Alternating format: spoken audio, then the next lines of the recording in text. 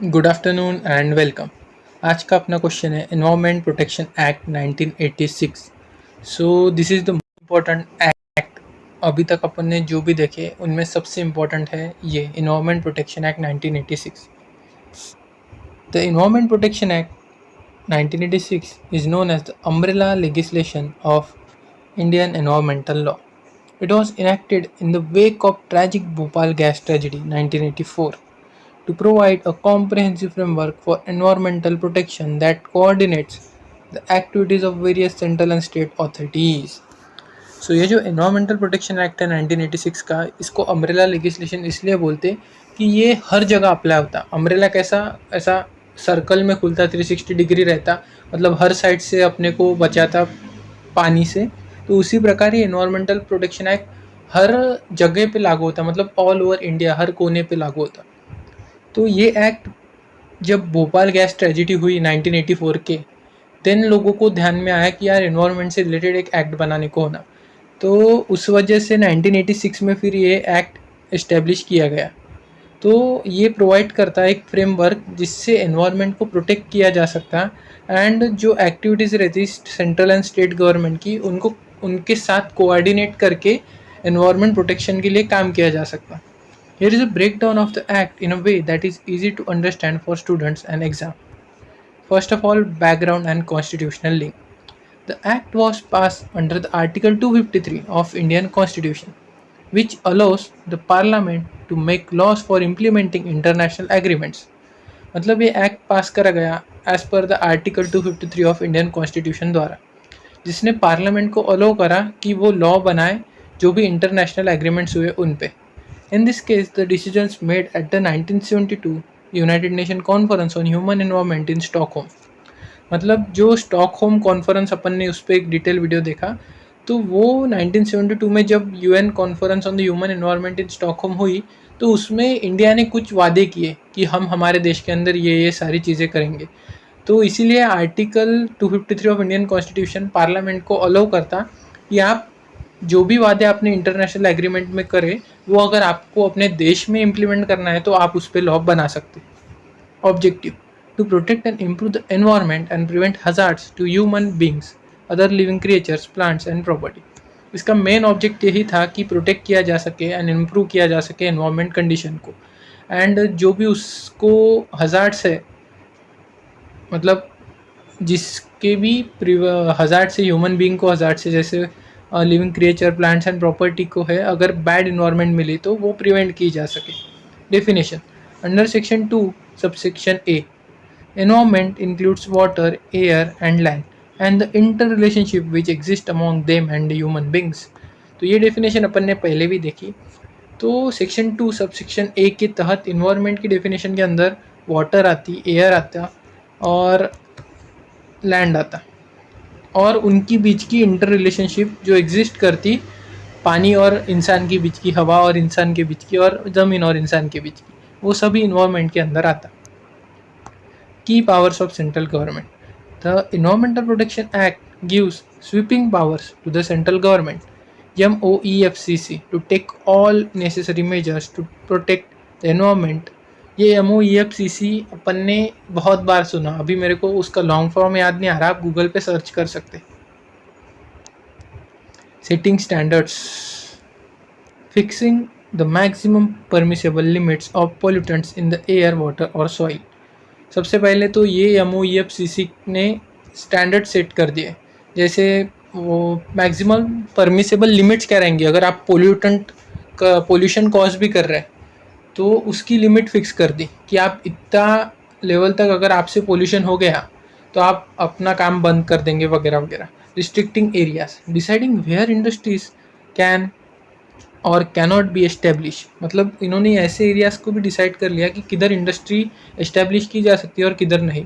जैसे डून वैली और coastal zone पे रिस्ट्रिक्ट करा गया कि उधर आप इंडस्ट्रीज नहीं बना सकते। Handling hazardous substances: laying down procedures and safeguards for handling dangerous chemicals to prevent accident। और इन्होंने प्रोसीजर्स दे दिए और कुछ सेफगार्ड्स दे दिए जिससे जो डेंजरस केमिकल्स की फैक्ट्री थी वो उसको प्रॉपरली हैंडल कर पाए, एंड जो भी एक्सीडेंट्स हो सकते थे उसको प्रिवेंट कर ले। Entry and inspection, empowering officers to enter any place for testing, equipment, inspection or take samples of air, water or soil as evidence. इन्होंने ये अधिकार दे दिए ऑफिसर्स को कि आप किसी भी जगह पे जाके उधर के अगर आपको डाउट हो कि ये इन्वायरमेंट को डिग्रेडेशन कर रहा है ये एक्टिविटी इस जगह पे, या फिर इस एक्टिविटी की वजह से कोई इन्वायरमेंटल पोल्यूशन हो रहा, तो जो अथॉरिटी है या फिर ऑफिसर है वो उधर जा सकते, उधर टेस्टिंग कर सकते, उधर के जो इक्विपमेंट यूज़ हो रहे हैं उनका इंस्पेक्शन कर सकते और उधर की एयर का सैंपल, वाटर का सैंपल और सॉइल का सैंपल एज एविडेंस ले सकते। ये पावर्स है सेंट्रल गवर्नमेंट की। सेंट्रल गवर्नमेंट की बोले तो जो MOEFCC है ये उनकी पावर्स है। Important sections to remember. If you are writing an answer for law exam, mentioning these sections add a significant value. मतलब ये मैंने इसलिए दिया कि अगर आप पेपर लिखने वाले हो तो ये सेक्शन मेंशन करना, इससे आप मतलब इम्प्रेशन पड़ता है चेकर पे। तो सबसे पहले section 3 subject matter, power of central government to take measures to protect and improve environment. Section 3 ये बोलता है कि सेंट्रल गवर्नमेंट के पास कौन सी पावर है जिससे वो प्रोटेक्ट एंड इम्प्रूव कर सकते हैं एनवायरनमेंट को। देन सेक्शन 5, ये अपन इन्वायरमेंटल प्रोटेक्शन एक्ट 1986 के सेक्शंस देख रहे हैं सभी। Section 5, power to give directions including the power to order closure of an industry और cut off its electricity water supply. इसके अंदर सेंट्रल गवर्नमेंट के पास ये पावर है कि वो किसी इंडस्ट्री को बंद भी कर सकते हैं अगर उससे ज़्यादा ही एनवायरनमेंट डैमेज हो रहा, या फिर उनकी इलेक्ट्रिसिटी कट ऑफ कर सकते हैं, वाटर सप्लाई रोक सकते। Section 7, prohibition on carrying out activities that discharge pollutant in excess of prescribed standard. मतलब अगर कोई फैक्ट्री जो प्रिस्क्राइब स्टैंडर्ड से उससे ज़्यादा ही पोल्यूटेंट डिस्चार्ज कर रही, तो उस कंडीशन में उनकी एक्टिविटीज़ को रोका जा सकता है कि भाई फैक्ट्री रोक दो थोड़ी, मतलब आप ये स्टैंडर्ड को फॉलो नहीं कर रहे हैं और उन पर एक्शन ली जा सकती। सेक्शन 15, पेनल्टीज़, हाँ पेनल्टीज़ दी गई है इसके अंदर। एक तो 5 साल तक की जेल या फिर 1 लाख तक का फ़ाइन। और अगर वॉयलेशन कंटिन्यू रहा, मतलब वो वॉयलेशन किया लेकिन वो ये फ़ाइन वगैरह उनको लगने के बाद भी वो वॉयलेशन कंटिन्यू कर रहे हैं तो 5,000 पर डे एक्स्ट्रा फ़ाइन लगेगा उनको, additional fine. Cognizance of offences in section 19, allow common citizen to file a complaint in a court provided they give 60 days notice to government। मतलब जो भी सिटीज़न है जिनको ये तकलीफ़ हो रही है इन्वायरमेंटल डिग्रेडेशन की वजह से किसी भी व्यक्ति के एक्टिविटी द्वारा, तो वो कोर्ट के अंदर कंप्लेंट कर सकते एज पील और उनको 60 डेज़ की नोटिस देनी पड़ेंगी गवर्नमेंट को पहले। Umbrella nature, the environmental protection act is called an umbrella act because it provides the legal shield under which many other specific rules are created। इसको अम्ब्रेला एक्ट इसलिए बोला जाता है ताकि ये एक शील्ड प्रोवाइड करती सभी जो रूल्स क्रिएट करे गए हैं एनवायरनमेंट प्रोटेक्शन के लिए उनको। Instead of passing a new law for every issue the government issues notification under EPA। मतलब नया लॉ न बनाते हुए एनवायरनमेंट प्रोटेक्शन एक्ट के अंडर नोटिफिकेशन पास करे जाते हैं। अगर किसी स्पेशल इशू के लिए कुछ लॉ बनाना है तो लॉ की बजाय एक ही लॉ रहता है एनवायरनमेंट प्रोटेक्शन एक्ट, बस उसके अंदर अलग अलग नोटिफिकेशंस रहते हैं। जैसे एग्जांपल देखो, कोस्टल रेगुलेशन जोन नोटिफिकेशन, इस पे क्वेश्चन देखा अपन ने। एनवायरमेंटल इम्पैक्ट असेसमेंट नोटिफिकेशन, इस पे भी क्वेश्चन देखा। Municipal solid waste management rules, noise pollution regulation and control rules. तो ये लॉ तो इन्वायरमेंटल प्रोटेक्शन एक्ट ही है 1986 का, बस इसके अंदर ये अलग अलग नोटिफिकेशन जारी करती। Merits and limitation, coordination, it bridges the gap between the water act and the air act. So upon merits देख रहे हैं तो सबसे पहले कोऑर्डिनेशन इंक्रीज होता है, मतलब जो भी गैप था water prevention and control act और air prevention and control of pollution act में, वो ये मतलब कम करता। Then quick action, section 5 allows the government to shut down a polluting unit without waiting for a lengthy court trial. मतलब section 5 ये अलो करता गवर्नमेंट को कि वो कोई भी पॉल्यूटिंग फैक्ट्री जो है उनको शट डाउन कर सकते हैं अगर उनको लगा कि ये ज़्यादा ही पोल्यूशन कॉज कर रही। उनको पूरा कोर्ट ट्रायल कंप्लीट होने की राह देखने की कोई ज़रूरत नहीं।